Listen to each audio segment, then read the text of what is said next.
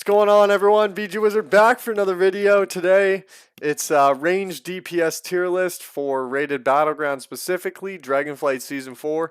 Obviously I've been gone for a while, but it's great to see so many familiar faces back in the scene. It's actually hilarious. I think we were talking about this the other day at our team.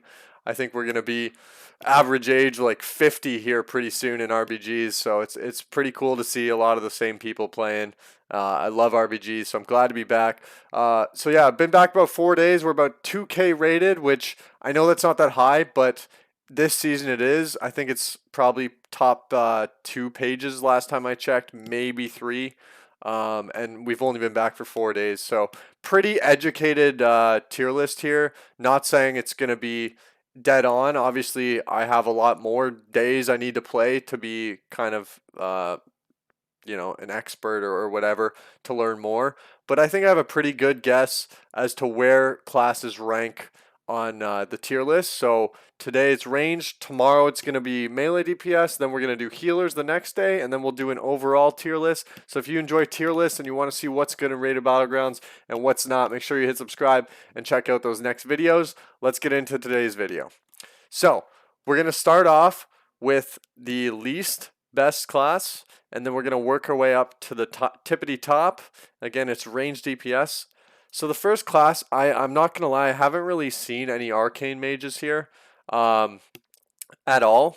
So I'm not actually very sure how good they are. They could be good. Other mage specs seem to be excellent right now. So there is a chance Arcane could be good, and I just haven't seen any. However, I think that the other specs seem to be more prevalent right now. So for that reason, I'm just going to put Arcane here as our first C tier class, because I really don't know much about them, and I think that they're not meta at all, because I have not played into any. Secondly, we're going to go with the Demo Warlock. So, of course, this is where you have a bunch of pets and stuff like that. Have not played many Demo Warlocks at all, so I'm putting Demo Warlock as C tier. I think the other Warlock specs pump a lot harder. And again, I could definitely correct this ranking if I get more information, but so far I've not played with or against any of these two classes, and that leads me to believe that the other specs are just superior, and that's why these classes are going to be C tier in this video. But again, that could change for sure. So let's move up to the B tier. I'm going to put two hunter specs here. Again, I think I've mostly just played with marksman hunters. The reason I'm putting Beast Mastery as first tier B tier is because they can sit bases. So that gives them that extra value for the objective play in rated battleground specifically, where you can just being able to sit a base is very valuable. So that's why I'm putting the B tier, and it's kind of the first B tier class we're going to do. So obviously left to right on each tier is going to be the ranking. Survival, again, haven't seen much of it, and so you'll see a trend here in these low tiers. I have not seen much of these classes or specs. Like I said, most of the hunters I see here are marksmanship hunter with the odd BM hunter sitting a base. So for that reason, I think there's better specs to be played, and that's why these two hunter specs are going to be B tier. Next, I'm going Frost Mage. And actually, I'm going to swap that with Survival. I think Frost Mage is actually pretty good right now. But again, I think there's a superior spec right now. Frost can hit massive numbers. So Frost could actually potentially be an A tier. But for this tier list, I'm going to keep it at B because I have not seen many Frost Mages play. So it leads me to believe I don't think they're very meta right now, but I do think they have potential. And again, that's why I think B tier and up is like your most played. So I think B tier is viable, but I think there's just a superior spec here for the Frost Mage. So I'm gonna take it at B tier, second best B tier class, but that could change as well. Next, I'm gonna put Ellie Shaman here. Ellie Shaman, I've only seen a couple around 2K rated. I think Curse has one. I think I've seen a couple other guys with them.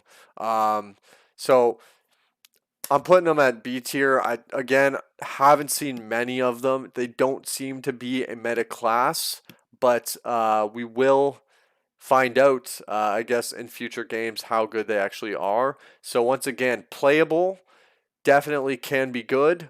That's why they're B tier playable, but I don't see them as meta, top tier, S tier. I just don't think they rank there. So for that reason, I'm leaving LE Shaman at B tier. Next up, we have my beloved Shadow Priest. Um, this class, I mean, right now I'm struggling to get the damage that I would like to put out. I'm struggling to match, other classes' damage. As we get to the S tier, you'll see I'm trying not to spoil it, but there are other classes that seem to do consistently 100, 150 million damage, and I'm sitting around like 50 to 80 mil damage if I'm padding. It doesn't seem to be like maybe it's my spec. Again, I just came back 4 days ago, so I might not be playing the meta. I might be doing something wrong. However, I do have, 15 years of my life on this class, 13 years of those on rated battlegrounds. So I'm pretty familiar with it. Definitely have good goes with the Mind Spike Insanities and the Void Torrent with a Psyfiend. So it is good. You have lots of CC. You have Void Tendrils if you take them. You can play Fear as well. And then obviously you have a lot of utility with life grips. You get life swap. So there's a lot of utility. And right now I think feathers as well and body and soul if you take that. So I really like the utility that Shadow Priest brings. I'm getting lots of mind controls. I'm bringing a lot of utility to the team on this class. However, I'm not seeing that like damage that can carry a team from this class. So right now I'm gonna leave Shadow Priest as B tier. Um, it's okay, it's playable. I don't think they're the best of the best. Maybe it could move up to A like Frost Mage could, or maybe Ellie could. It's debatable. I'm sure some people in the comments will let me know, but the Ellie, the Frost Mage, the Shadow Priest, these could all maybe move up.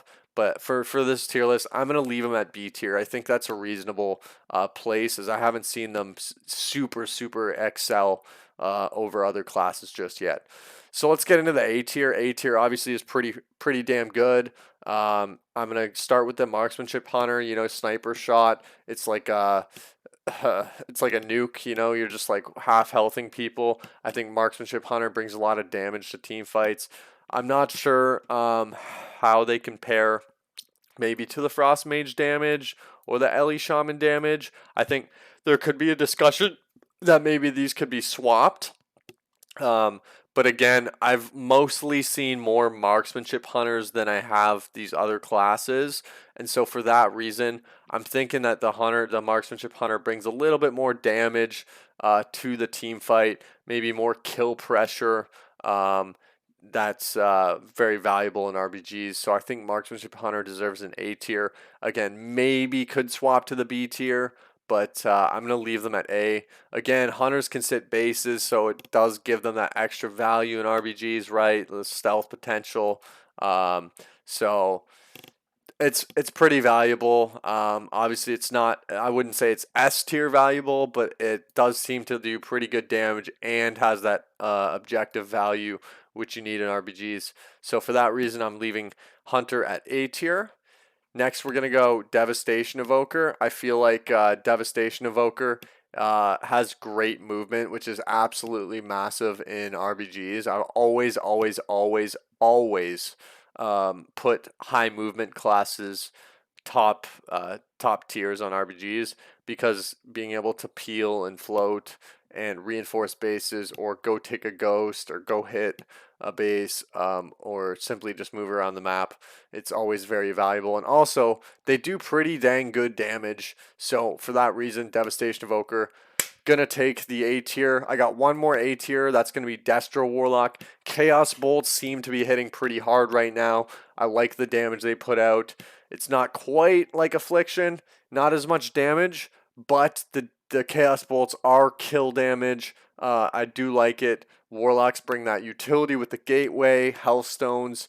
So I like the damage that the kill damage that Destro Warlocks bring, and of course they bring that Warlock utility as well.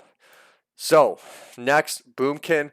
It seems like we're always putting Boomkin at the top of our list. They have stealth, They have clone. They can go take bases, absolutely massive. They can sit bases, absolutely massive. So stealth, movement speed, sitting a base, hitting a base, that alone is enough for an S tier class. Yet they also do great damage right now. Boomkin, in my opinion, has to be an S tier class. The new one for me this season, surprisingly, is going to be Fire Mage. I've actually seen Fire Mages quite frequently in these RBGs, and they seem to be pumping quite hard, just padding, pretty good burst. So I gotta put Fire Mage up here. I've seen them do 120 million damage, something like that. Pretty dang good damage, half healthing FCs on flag maps. It seems like a really good class right now. So Fire Mage looks really fun to play, looks very strong, top damage capable. We're putting Fire Mage in S tier. Lastly, I gotta put Affliction Warlock as the top damage, number one damage. This is the class that does 150 million damage in a game. Of course, brings the gateway, brings the Hellstones. That's pretty much it, guys. Top damage, Affliction Warlock seems to be the case. Of course, you get Dispel Protection from UA, and that's going to be the list for today. Hope you guys enjoyed it.